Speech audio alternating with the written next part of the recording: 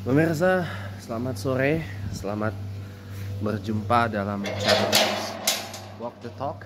Hari ini hari Jumat, ya, hari kedua di bulan Agustus 2024. Hari ini hari Jumat 2 Agustus 2024. Kembali kita lanjutkan pembahasan yang kemarin, ya. Karena kemarin sebenarnya masih panjang bahasannya, tapi ya karena kemarin terbatas oleh waktu, karena saya sholatnya jaraknya jarak deket, ya, nggak seperti di hari Senin sampai Rabu dimana saya memang sholatnya jaraknya agak jauh sedikit ke arah papan sana. Nah, malam ini saya sholat di Masjid Al-Karim Bumiputra Permai karena mau ikut pengajian fikih di sana. Nah, sore ini teman-teman kita lanjut lagi pembahasan tentang selalu ada pilihan. Life always have a choice. Hidup itu selalu ada pilihan, ya. Kita mau benar-benar sehat atau nggak sehat-sehat banget. Kita mau memiliki daya tahan tubuh dan metabolisme tubuh yang kuat, atau memiliki daya tahan tubuh dan metabolisme tubuh yang B aja atau biasa aja gitu, ya. Itu semua pilihan, teman-teman. Saya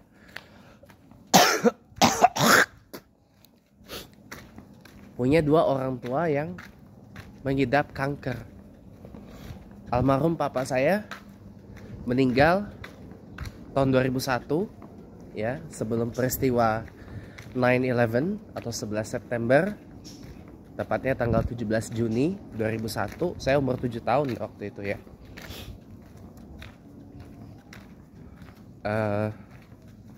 Papa saya meninggalnya di usia yang relatif masih muda, 35 tahun. And bentar, ya. Ya, jadi apa namanya? And I am potentially outlive my papa gitu loh. Karena papa saya meninggal umur 35 tahun waktu itu, ya, karena sakit kanker usus besar. Stadiumnya udah parah banget. Stadium, kalau saya tidak salah, stadium 4 kanker usus besar. Itu dipengaruhi karena pola makan almarhum papa saya yang sembarangan ditambah stres.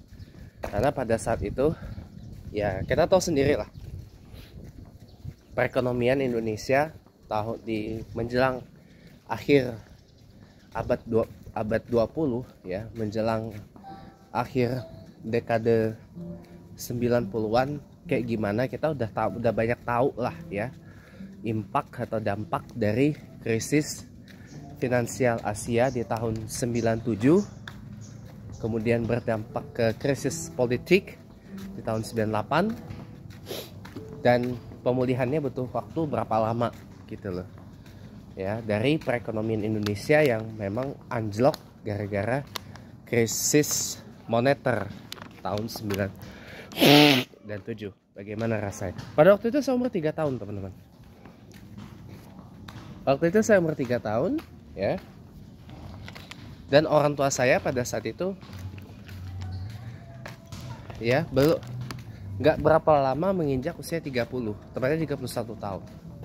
Jadi papa dan mama tuh lahir umurnya sama, bulan lahirnya sama, cuma beda tanggal aja yang beda. Nah, jadi teman-teman semua, saya ngerasain bagaimana krisis finansial Asia, krisis politik itu memukul Indonesia gitu loh. Dampaknya tuh kerasa banget, ya. Sudah stres, pola makannya juga berantakan, sembarangan gitu, ya. Akhirnya kena kanker payudara dan meninggal gitu. Kena kanker usus besar dan meninggal. Mama saya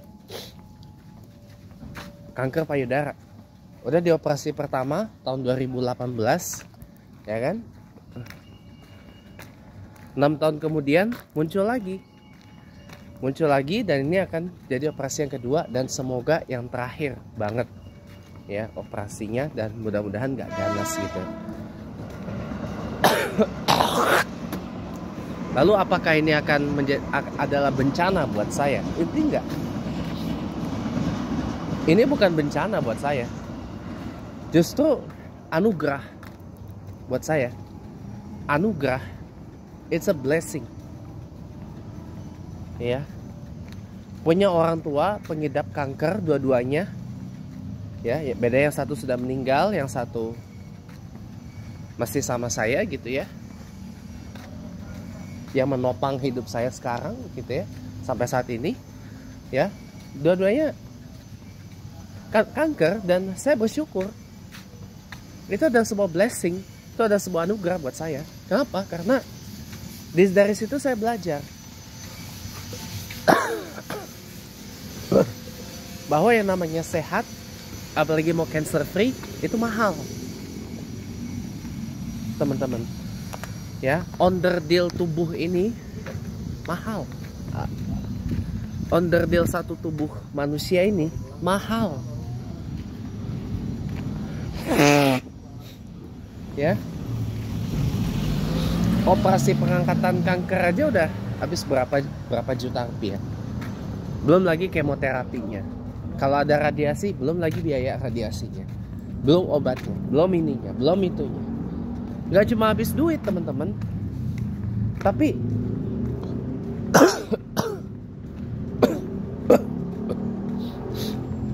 seumur hidup kita jadi bergantung sama yang namanya obat, teman-teman. Bergantung sama yang namanya obat. Itu. Nah, itu kan ada hikmah buat saya gitu loh. Setidaknya saya kalau jalanin pola hidup tuh ya kudu hati-hati gitu loh. Kemarin saya tonton satu video menarik dari Pak Deddy Susanto, Rahasia Kesembuhan. Dan kemarin juga sudah saya sampaikan bahwa penyakit itu sumbernya dari pikiran dan dari perasaan. Ya, hampir semua penyakit itu sumbernya dari sini dan dari sini. Dari pikiran yang kusut, kalang kabut, stres, ya kan? Stresnya nggak bisa dikelola, emosinya nggak bisa dikelola, ya udah, pada jadi mudah terserang penyakit, terutama psikosomatik. Saya mengalami psikosomatik, teman-teman. Jadi saya bisa ngomong begini karena saya pengidap psikosomatik. Dan saya mau berobat gitu. Mau mengobati bagaimana psikosomatik saya ini biar sembuh. Gitu. Jadi jadi ya menurut saya pribadi ya, sehat itu mahal, teman-teman. Makanya karena sehat itu mahal, makanya tubuh kita harus dirawat. Bukan hanya tubuh, jiwa dan pikiran kita juga harus dirawat. Ya. Betul tadi yang disampaikan khotbah Jumat di Masjid Al-Karim Bintang Permai, Jakarta Selatan yang tadi, bahwa kita harus benar-benar memilih pergaulan dan pertemanan yang positif, yang baik gitu ya, yang mengarahkan kita kepada kebaikan gitu loh, yang mengarahkan kita kepada sesuatu yang positif. Kalau memang lingkungan pertemanan toksik itu tinggalkan, lama-lama dia sendiri akan meninggalkan kita, dan Allah pasti akan ganti dengan pertemanan yang lebih berfaedah lagi. Saya mengalami, dan itu terjadi pada saya saat ini. Ya, kenapa? Karena saya memilih untuk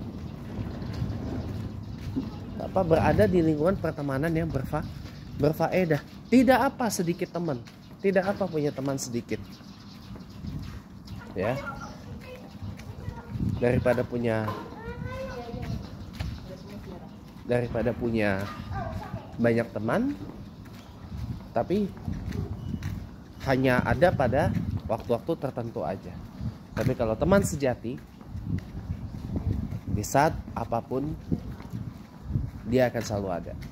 Dia akan selalu berusaha untuk ada ketika kita membutuhkan kehadiran. Itu baru namanya teman sejati. Itu baru namanya sahabat sejati. Sekarang ini apa sih yang tidak serba kepentingan? Pertemanan aja pun semua didasarkan kepentingan. Kalau lihat orang banyak duit, wah langsung mengklaim, oh saya temennya ini, oh saya temen, kan kita temenan, apa modus-modus kayak gitu banyak, udah kenyang saya kayak gitu. Orang kalau banyak duit pasti akan dipandang orang. Orang tiba-tiba akan mendadak jadi temen dadakan kita loh. Saya sih ya ketawa aja, dibawa ketawa aja kalau kayak gitu. Ya kalau orang nggak ada duit nggak teman. Kalau orang nggak ada duit nggak teman, musuh gitu kan. Orang apa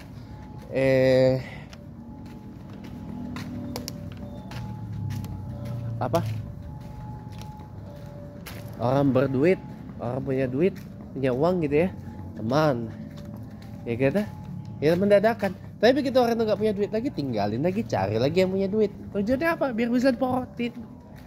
Udah banyak saya kayak gitu, udah banyak saya ngalamin kayak gitu, udah banyak sekali, udah banyak. Ya sekarang apa sih yang tidak didasari oleh kepentingan? Benar kutip. Semua serba kepentingan. Gitu loh. Kalau kepentingannya untuk kepentingan yang positif sih nggak apa-apa gitu loh. Tapi kalau untuk kepentingan yang tidak positif, kepentingan yang destruktif, ya sebaiknya tidak usah. Sebaiknya tidak usah. Menjauh saja. Gitu. Nanti Allah pasti akan ganti dengan yang baru. Insya Allah. Masa kita akan kemana?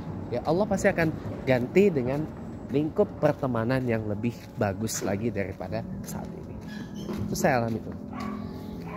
Ya, jadi hidup ini tuh pilihan teman-teman. Termasuk kalau mau bebas dari penyakit apapun, mau itu penyakit enteng, batuk pilek, atau sampai penyakit berat, ya jantung, ya stroke, ya kanker, ya penyakit berat lah intinya itu ya. Itu semua pilihannya ada. Kalau mau sehat, bebas dari penyakit yang tadi, pola makan dijaga. Kalau bisa seperti yang saya bilang kemarin, terapkan 4 sehat 5 sempurna. Kemudian pola pikir dijaga, selalu pikir positif gitu loh. Dan usahakan don't involve in any conflicts. Jangan melibatkan diri dalam konflik apapun. Jangan melibatkan diri dalam pertengkaran atau sesuatu yang berpotensi menimbulkan perbalahan. Jangan.